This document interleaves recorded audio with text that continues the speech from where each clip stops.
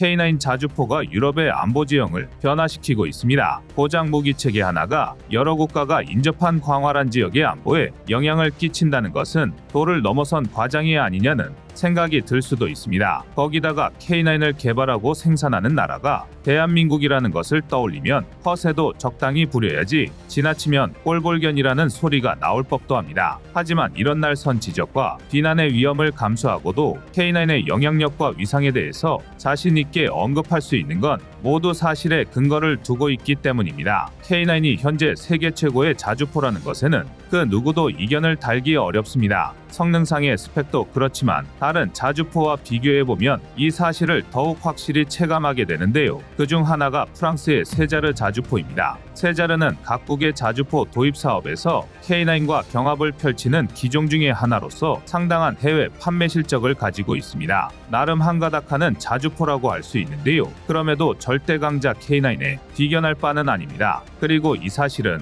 최근 K9 도입을 확정한 루마니아의 선택에서도 드러났습니다. 그래서 준비했습니다. 오늘은 냉전 종식 이후 유럽을 다시 군사력 증강의 시대로 몰아넣은 러시아의 군사적 위협 속에서 유럽이 K9을 중심으로 구축하는 방어선에 대해 알아보겠습니다. 지금 보시는 영상이 마음에 드셨다면 지인들의 카톡으로 공유해주세요. 여러분의 구독과 좋아요는 꺼리튜브 영상 제작에 많은 힘이 됩니다. 루마니아가 K9 자주포 도입을 확정 지은 것은 지난 1월 29일입니다. 경쟁 기종으로 독일의 펜저하우비츠 2000, 튀르키예의 프르트나가 도전장을 내밀었지만 K9이 큰 이변 없이 사업을 수주했습니다. 이번 루마니아의 자주포 도입 사업을 통해 K9 자주포 53문과 포탄 18,000발, 지원 차량에 이르기까지 포괄적인 패키지를 구매할 예정입니다. 이러한 결정에 대해서는 루마니아 현지에서도 관심이 많은 상황입니다. 어떠한 점을 높게 평가해서 K9을 채택하게 된 것인지 많은 현지 매체들이 궁금해했습니다. 특히 가격 경쟁력 측면에서 K9과 비슷했던 차륜형 자주포를 루마니아 육군이 채택하지 않은 이유가 무엇인지에 대한 많은 질문이 있었습니다. 대표적으로 프랑스의 세자르 자주포, 영국의 아처 자주포 등이 이러한 차륜형 자주포에 포함되는데요. 아무래도 같은 유럽 국가인 만큼 루마니아에는 매력적인 선택지였습니다. 이에 대한 해답은 루마니아 육군 장성이 관련 매체에 등장해서 알려주었습니다. 루마니아 군사 매체 디펜스 루마니아는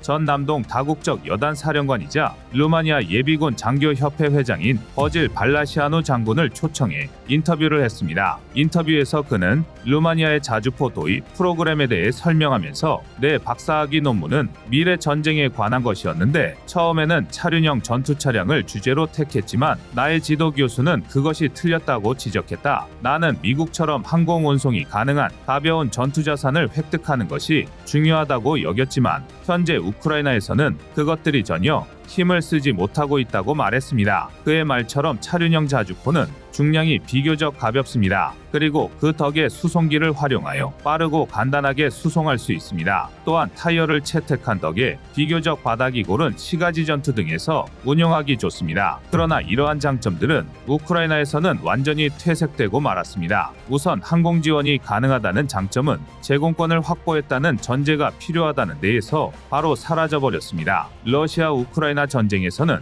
양쪽 모두 확실하게 제공권을 잡지 못하던 상황이 오래도록 지속되다가 최근 들어 점차 러시아 쪽으로 기울고 있습니다. 이런 상황에서 우크라이나가 자주포를 실은 수송기를 띄운다는 것은 적 대공포의 군사자산을 헌납하는 꼴이 됩니다. 두 번째 장점인 시가전에서 유리하다는 점 역시 사실 단기적인 장점으로밖에는 작용하지 못합니다. 러시아 우크라이나 전쟁은 예상했던 바와 달리 러시아가 우크라이나 도심을 제대로 점령하지 못했습니다. 지금 전투가 이루어지는 곳은 대부분 도로 포장이 되지 않은 야지고 겨울이 지나면 어김없이 라스푸티차 현상이 일어나 엉망진창이 되는 땅입니다. 이런 지형에서는 궤도 차량조차 완벽한 험지 돌파를 보장하지 못하는데 하물며 차륜형 차량은 말할 것도 없을 겁니다. 포장이 잘된 도심지에서 전투를 치를 때에도 그 장점은 사실 오래가지 못합니다. 러시아 우크라이나 전쟁에서 유난히 부각되는 쌍방 간의 포격전과 항공 폭격 등 포장도로를 파괴할 만한 요소는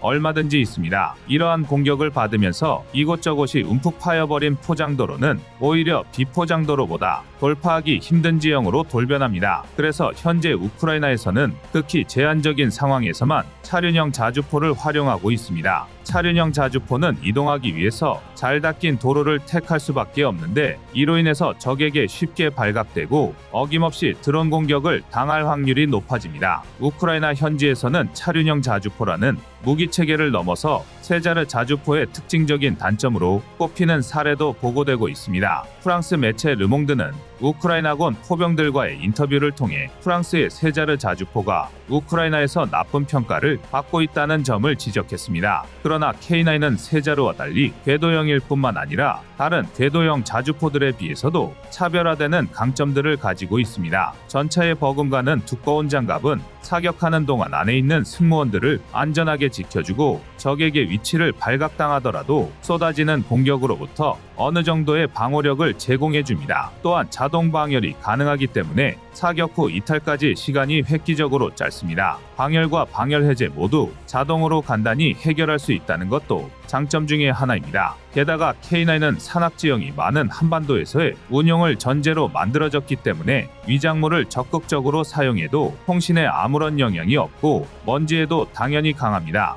여기에 더해서 세자르와 가격대는 비슷한데 생산 속도까지 빠릅니다. 한국 방산업계가 세자르를 경쟁 상대로 여기는 것은 K9과 비슷한 수준의 가격대를 가지고 있기 때문입니다. 하지만 생산 속도가 느리고 성능상의 단점들이 많이 지적되고 있어서 세자르는 점점 경쟁력을 잃고 있습니다. 해외 군사 전문가들의 분석에 따르면 세자르 자주포가 생산되는 데에 걸리는 시간은 우크라이나 전쟁 이전에는 30개월이었으나 지금은 절반인 15개월까지 줄었습니다. 반면 K9은 생산 기간이 3에서 4개월 정도밖에 안 걸리고 성능 테스트와 인도까지 해도 1년 이내에 모든 과정을 끝마칠 수 있습니다. 프랑스가 생산 속도를 2배나 올렸음에도 훨씬 성능 좋은 자주포를 비슷한 가격에 더 빨리 만들어내는 한국의 수준에는 미치지 못했던 것입니다. 여기서 끝이 아닙니다. 최근 대한민국은 노르웨이, 핀란드와 K9 자주포 예비 부품 공유 계약을 체결했습니다. 좀 더 쉽게 말하면 정부 간 G2G 계약을 통해 K9 자주포를 운용 중인 노르웨이와 핀란드가 예비 부품을 수입할 때 대한민국에 별도의 신청서를 제출할 필요가 없어졌는데요. 덩달아 유지 보수가 굉장히 빠르고 편리해졌습니다. 그리고 이는 곧 직관적인 국방력의 질적 향상으로 이어지고 있습니다. 오죽하면 비에린 아릴그렌 노르웨이 국방부 장관이 직접 이번 협정 덕분에 노르웨이와 핀란드의 국방력이 강화되었다며 포병 전력이 더 빨리 작동하고 이에 따라 국경 방어력이 강화되었다고 극찬할 정도입니다. 그도 그럴 게 그동안 노르웨이와 핀란드는 K9 수리를 위해 부품이 필요해지면 먼저 대한민국에 신청서를 우편으로 보내고 이후 우리 관계 부처에서 승인을 내린 뒤에야 부품을 수입할 자격이 생겼습니다. 하지만 이제 예비부품 공유 계약이 체결되면서 간단한 사후 보고서만 작성하면 예비부품을 자유롭게 이전할 수 있게 되었습니다. 노르웨이는 지난 2017년 K9 자주포 23문과 K10 탄약 보급 장갑차 6대를 도입했고 2022년에는 추가로 K9 4문, K10 8대를 도입했습니다. 또 핀란드는 지난 2017년, 2021년 두 차례에 걸쳐 총 58문의 K9을 도입했는데요. 두 나라 입장에서는 K9이 엄연한 외산 장비지만 이번 계약을 통해 자국 장비 같은 자유로운 운용이 가능해졌습니다. 수천 킬로미터의 거리를 가로질러 그동안 부품 공급의 어려움 때문에 유럽이 대한민국 장비를 도입하기 어렵다는 편견을 깨부순 것입니다. 그리고 이로써 유럽의 대러시아 전선에서 K9 벨트가 본격적인 효과를 발휘하기 시작했는데요. 자국의 안위와 유럽의 평화를 위해 러시아의 서진을 저지한다는 공통된 목적을 갖고 있습니다. 특히 최근 루마니아까지 K9을 도입한 것을 떠올리면 유럽의 가장 꼭대기인 북유럽부터 흑해 연안까지 유럽 대륙을 종으로 나누는 거대한 K9 벨트가 형성됩니다. 이는 한치의 과장도 없는 객관적 사실인데요. 중간에 슬로바키아와 헝가리가 떨어져 있지만 지난 2022년에 슬로바키아 역시 국방부 장관이 직접 대한민국을 방문해 K9 자주포, K2 흑표 등 대한민국 화력 체계를 경험하고 돌아갔습니다. 차후 긍정적인 소식이 들려올 가능성이 충분하다는 뜻입니다. 그리고 이는 러시아의 확장 야육에서 유럽을 지키는 분명하고 확실한 방어선입니다. 대표적으로 발트 3국을 예로 들 수 있는데요. 에스토니아, 라트비아, 리투아니아는 정말 한 줌뿐인 군사력을 가진 나라들입니다. 소련 패망 이후 가장 먼저 독립하면서 군사적 자립보다는 경제적 자립을 앞세웠고 그 결과 변변찮은 군사력이라고 할 만한 게 없어 번갈아 가면서 주둔 중인 나토군에 안보를 의탁할 정도입니다. 따라서 유사시 발트 3국의 목표는 버티기입니다. 가능하면 국경 인근 대도시, 그게 불가능하다면 수도에 틀어박혀서 러시아의 진격을 저지하는 겁니다. 당연히 이를 위해서는 장거리 타격이 가능한 강력한 포병 전력이 필수적인데요. 이렇게 일단 버티기만 하면 곧 인근의 폴란드, 핀란드, 노르웨이 등에서 지원 병력을 파견하여 반격에 불씨를 지필 수 있습니다. 이 과정에서 인접한 나라끼리 같은 무기 체계를 공유한다면 보급부터가 훨씬 간단해집니다. 러시아 우크라이나 전쟁에서도 드러났지만 포격전은 곧 상대보다 얼마나 많은 포탄을 얼마나 정확히 쏟아붓느냐로 결정됩니다. 게다가 하루 이틀에 끝나지도 않는데요. 그렇다면 결국 포신 마모를 어떻게 해결하느냐가 관건이 될 것입니다. 또 유지 보수와 정비를 위한 전문가도 대량으로 필요할 텐데요. 그런데 K9 벨트에 속해 있다면 이를 걱정할 필요가 없어집니다. 당장 폴란드도 노르웨이도 핀란드도 유지 보수 전문 인력을 대량으로 보유하고 있는 데다 에스토니아에는 K9 정비를 위한 부품이 쌓여 있습니다. 당연한 이야기지만 K9 자주포 보유만으로 러시아의 막강한 군사력을 온전히 막아낼 수는 없습니다. 그러나 포격을 이용한 화력전의 양상으로 흘러간 러시아 우크라이나 전쟁을 보면 K9으로 방어선을 구축한 유럽을 러시아가 쉽게 뚫고 들어갈 수 없다는 것도 가늠할 수 있습니다. 어쩌면 K9은 인명살상을 위한 무기가 아니라 평화를 지키는 무기라고 해도 될 것 같습니다. 여러분의 구독과 좋아요가 꺼리튜브 운영에 많은 힘이 됩니다. 요즘 우크라이나가 서방 세계에 보이는 태도를 이보다 적절히 표현한 문구는 없을 것 같은데요. 전쟁 초기부터 물심양면 도와준 폴란드의 뺨을 후려갈기는가 하면 우크라이나 전쟁으로 다른 나라들이 덕을 봤다라며 마치 당연하다는 듯 미국 등의 추가 지원을 요구하고 있습니다. 사태가 이리 되자 동맹들은 서서히 우크라이나에 등을 돌리기 시작했고 다급해진 젤렌스키는 또다시 한국에 무기 지원 요청을 해왔습니다. 바로 대한민국의 대표적인 방산무기라 할 수 있는 K9을 공유해달라는 것입니다. 어느덧 민주주의를 지키는 마지막 보루, 든든한 뒷배가 된 대한민국의 위상을 보면 우크라이나가 기대는 것은 너무나 당연한 이치인데요. 그런데 과연 지원이 대한민국에 실익이 있을까요? 그래서 준비했습니다. 우크라이나가 한국에 방산무기를 요청하게 된 이유와 우리나라의 대응책에 대해서 자세히 알아보겠습니다. 지리멸렬해지는 우크라이나 전쟁, 날이 갈수록 양측의 피해는 눈덩이처럼 커지는데 협정은커녕 장기화의 양상마저 보이고 있습니다.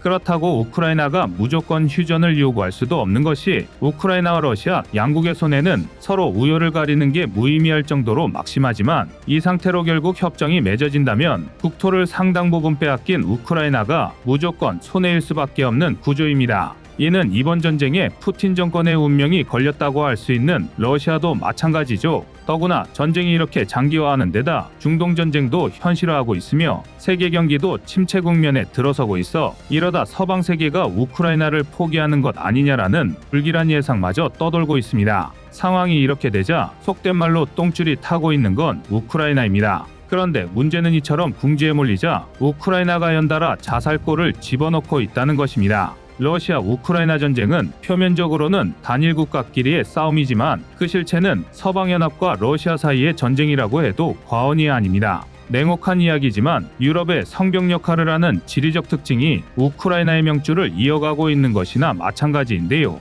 이 덕에 미국을 비롯한 나토 동맹국들의 전폭적인 지원으로 그나마 살얼음판 같은 균형을 유지하며 러시아와의 전쟁을 지속할 수 있었던 것입니다. 그리고 여기에는 우크라이나와 지리적으로 가장 밀접한 폴란드의 아낌없는 지원이 큰 역할을 했습니다. 폴란드는 러시아의 침공이 일어나자마자 우크라이나의 국경을 개방했고 지금까지 150만 명에 달하는 우크라이나 난민을 받아들였습니다. 뿐만 아니라 미그-29와 레오파르트2 등 곡간을 털어 우크라이나군이 별다른 훈련 없이 즉시 전장에 투입할 수 있는 구소련 무기를 지원했고 대부분의 서방 국가들의 전차 지원에 앞장서 물꼬를 텄습니다. 그런데 이토록 열심이었던 폴란드가 최근 느닷없이 우크라이나의 무기 공급을 중단하겠다는 충격 발표를 해 전 세계를 경악하게 만들었습니다.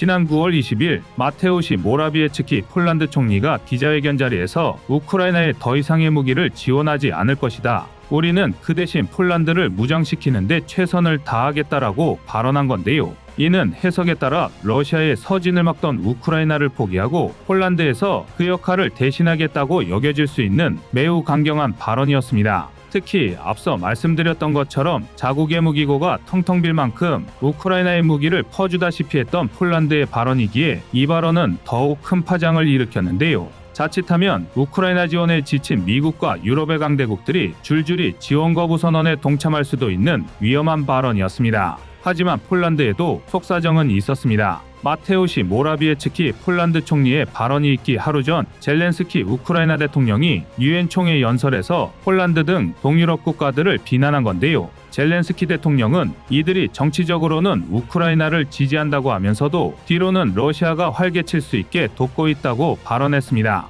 도움을 받는 처지에서 이게 무슨 망발인가 싶지만 문제는 결국 돈입니다. 바로 농산물 수출이 문제 때문인데요. 폴란드와 우크라이나의 관계가 악화하기 시작한 건 지난 5월부터였습니다. 폴란드, 슬로바키아, 루마니아, 헝가리 등은 우크라이나산 농산물 수입을 거부하기 시작하면서 두 나라의 감정의 골이 깊어진 것입니다. 전쟁 발발 이후 우크라이나의 농지 피해도 컸을 뿐더러 농산물의 주요 수출 통로였던 흑해 항구가 제 기능을 못하면서 세계 식량 가격은 폭등했습니다. 이의 이유는 우크라이나와 인접한 동유럽 국가들을 통해 육상 수출로를 구축했고 아예 관세까지 면제하며 우크라이나 농산물을 대량으로 수입하기 시작했습니다. 그러자 이번엔 거꾸로 동유럽 국가들의 현지 농산물 가격이 폭락했고 농민들의 불만이 폭증했습니다. 결국 동유럽 국가들의 불만이 터져나오자 사태 진정을 위해 이유는 우크라이나 농산물 수입을 금지할 수밖에 없었고 폴란드를 비롯한 동유럽 3개 국가 역시 자체적으로 금수 조치를 단행하며 우크라이나 농산물 유입을 거부하고 있습니다. 현대에 와서 농업의 비중은 날이 갈수록 축소되고 있지만 현실은 식량이 자원이고 무기화되는 현 시점에서 자신들의 생산 기반이 무너지는 것을 바라는 나라는 없기 때문입니다. 한편으론 전쟁은 전쟁이고 수출은 또 전혀 다른 얘기라는 것입니다. 그러나 문제는 우크라이나의 대응이었습니다. 수출길이 막힌 우크라이나는 EU와 폴란드의 금수 조치가 국제법 위반이며 러시아를 돕는 행위라며 WTO에 제소하였는데요. 신세를 갚아도 모자랄 판에 은인의 뒤통수를 시원하게 후려갈긴 것입니다. 처음엔 폴란드도 경제 문제로 우크라이나와 관계가 악화되었지만 안보라는 현실적인 문제 해결을 위해 무기 지원만큼은 지속해왔었는데요. 최근 젤렌스키 대통령이 농산물 수입 금지와 관련 막말을 쏟아내자 무기 지원을 끊겠다는 극단적인 발표를 한 것입니다. 물론 총리의 대응 이후 안제이 두다 폴란드 대통령이 대한민국에서 도입한 무기를 우크라이나에 이전하지 않겠다는 얘기가 와전된 것이라며 사태를 수습하려 했지만 여전히 두 나라의 앙금이 남아있으며 폴란드가 우크라이나에 느낀 배신감이 절대 작지 않았다는 건 부정할 수 없어 보입니다. 급변하는 유럽의 정세 또한 우크라이나의 편이 아닙니다. 슬로바키아도 그동안 우크라이나의 든든한 동맹을 자처했는데요. 유럽에선 가장 먼저 대공 미사일과 전투기를 지원하기도 했었습니다. 그런데 최근 치러진 슬로바키아의 총선에서 칠러 성향의 사회민주당이 의회를 장악하면서 우크라이나 지원 철회 문제가 본격적으로 공론화되기 시작했습니다. 특히 사회민주당의 리더인 로베르트 피초 슬로바키아 전 총리는 칠러 인사의 대표적인 인물이고 우크라이나에 대한 군사무기 지원을 결사적으로 반대한 만큼 이제 우크라이나는 슬로바키아의 추가적인 도움을 받기 어려울 것이라는 분석이 지배적입니다. 또 미국 정치권에서도 우크라이나 지원에 대한 회의적인 목소리가 높아지고 있습니다. 대략 1년 앞으로 다가온 미대선에는 트럼프 전 미국 대통령이 다시 한번 출마를 선언했는데요. 트럼프는 줄곧 우크라이나에 대한 무기 지원이 전쟁의 장기화만 불러올 뿐이라며 바이든 정부를 비난해왔습니다. 트럼프의 비난은 그냥 흘려들을 수도 있겠지만 미국 의회는 벌써 2번이나 우크라이나 지원을 축소하거나 제한해야 한다는 법안을 제출했습니다. 이로 인해 지난달 미 연방의회에서 우크라이나 지원 목적의 240억 달러 규모 임시 예산안이 제외되기까지 했는데요. 바이든 대통령은 본 예산을 편성할 때 다시 복구시키겠다고 약속했지만 서방 사회의 의지를 대변하는 미국에서 이런 엇박자가 나오고 있다는 것 자체가 우크라이나에는 최악의 결과입니다. 결국 우크라이나는 미국이나 유럽, 폴란드의 지원이 중단되거나 축소되더라도 전쟁을 이어나갈 수 있는 원동력이 필요했는데요. 바로 그 도움의 손길을 한국에 내밀었습니다. 몇 달 전에도 우리나라는 우크라이나의 군사무기를 지원할 생각이 없음을 외교 채널을 통해 알렸는데요. 또다시 K9 자주포 지원을 요청하는 태도를 보이는 것입니다. 우크라이나가 원한다는 K9A2는 K9A1에 비해서 화력과 기동성 등 모든 면에서 한 차원 높은 수준에 도달해 있으며 승무원도 5명에서 3명으로 줄어 추가적인 병력 수급에 어려움을 겪고 있는 우크라이나의 매우 큰 이점입니다.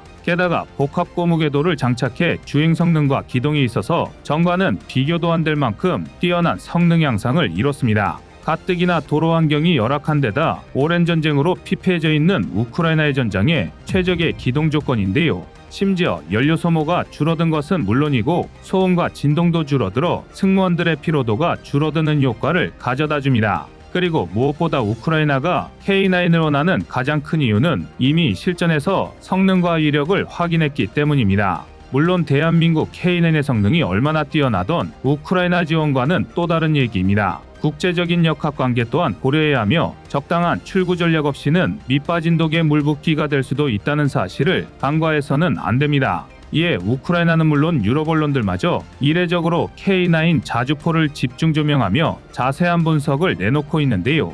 나토 회원국들의 무기고가 바닥을 보이는 이때 한국만큼 강력하고 압도적인 성능과 생산 능력을 자랑하는 국가는 아직 보이지 않기 때문입니다. 그리고 무엇보다 이런 무상공여가 대한민국에 이득을 가져다 줄까요? 이미 대한민국의 주력 자주포인 K9은 더 이상의 쇼케이스나 홍보가 필요 없을 만큼 전 세계적으로 인정받은 명품 무기인데다가 세계 최고의 점유율까지 가져가고 있습니다. 더구나 최근엔 초기형 K9의 업그레이드 버전인 K9A2가 영국의 차기 자주포 사업인 MFP에 참여해 유력 후보로 거론되고 있는 만큼 입찰 사업에 영향을 줄 수 있는 부분에 대해선 신중히 처리해야 한다는 목소리가 높습니다. 그러나 한편으로는 대한민국의 중립적인 자세가 군사적인 성장을 저해하고 있다는 분석도 있습니다. 오히려 이번을 계기로 국제적인 노선을 확실히 정해야 미국과의 안보 동맹을 더욱 단단히 할 수 있다는 것입니다. 어느 쪽이든 쉽지 않은 결정이고 진통이 뒤따를 것입니다. 이제 대한민국 방사는 자주국방을 넘어 자유세계를 지키는 든든한 무기고와 생산 공장이 되어가고 있는 만큼 책임도 무겁게 따른다는 것입니다. 여러분의 생각은 어떠신가요? 이상 꺼리튜브의 두 번째 미션이었습니다.